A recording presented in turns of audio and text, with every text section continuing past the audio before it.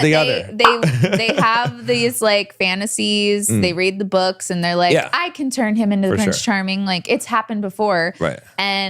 Or they've had dysfunction in their early childhoods and their early part of their life, or like they had their first real relationship was dysfunctional. And so that's what they're used to. Like there are like it is something to be said that people do get stuck in these cycles of dating the same type of person. Daddy issues, that kind of thing. All the things, like all the issues can stem from somebody choosing to be with somebody that treats them poorly. Right. And it's not like I'm not trying to say like women are choosing to be treated this way. No.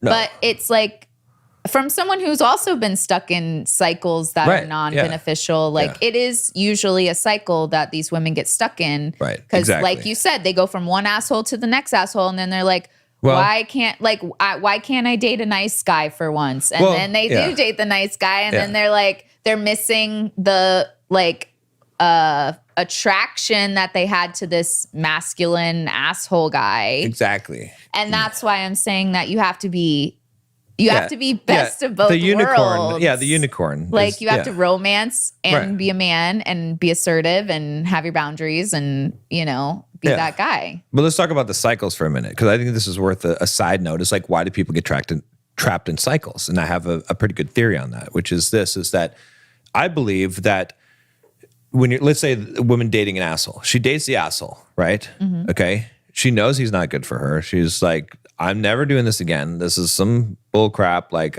next guy I find is going to treat me right, treat me with respect, not cheat on me, not do all these things, whatever it is, right? Mm-hmm. Not verbally abuse me, definitely not physically abuse me, right? And then what happens is though that archetype, that person, she never got the validation because she never got what she wanted from that. So the only thing that can give her validation is to find that exact thing again, like and this time it turns out good. And we're like that as humans. Like it's not just with relationships, it's with things, but a lot of times even in friendships or, you know what I mean? A guy will get into a relationship with a woman that cheats on him, and then he gets another relationship with a girl that cheats on him. He's like, I just have bad luck, or women just like to cheat on me. No, it's because you're specifically seeking out that archetype in order to— You're still doing the same things, expecting the different result with the same people. But we have this hope, like, it's like the really angry basketball coach that just like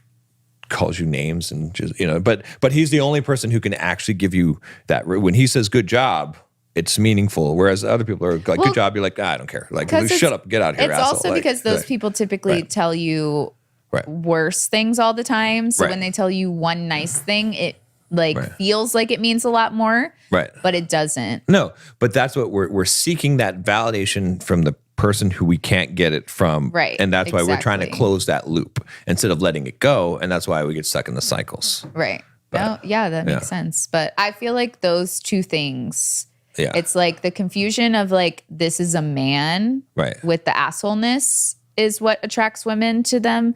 And then the cycles of, like you said, like needing the validation from, or like feeling like, well, this time I'm going to convert this guy into my Prince Charming, like those sort of things. Like that, I would say, is the main reason that women date assholes. Yeah, no, I think that makes sense. Yeah. And I think there's a difference though between the dating and the liking as well. So, because if you have the dysfunction in the cycles, you could date someone, stay in a relationship with something that's bad, like an abusive relationship, but the liking is like almost a hardwired type of thing. Is like, but I feel like women too will be like, why do I like this guy? He's like not even that nice. Well, so like and maybe liking them, it's just the polarity of like this seemingly masculine person, right?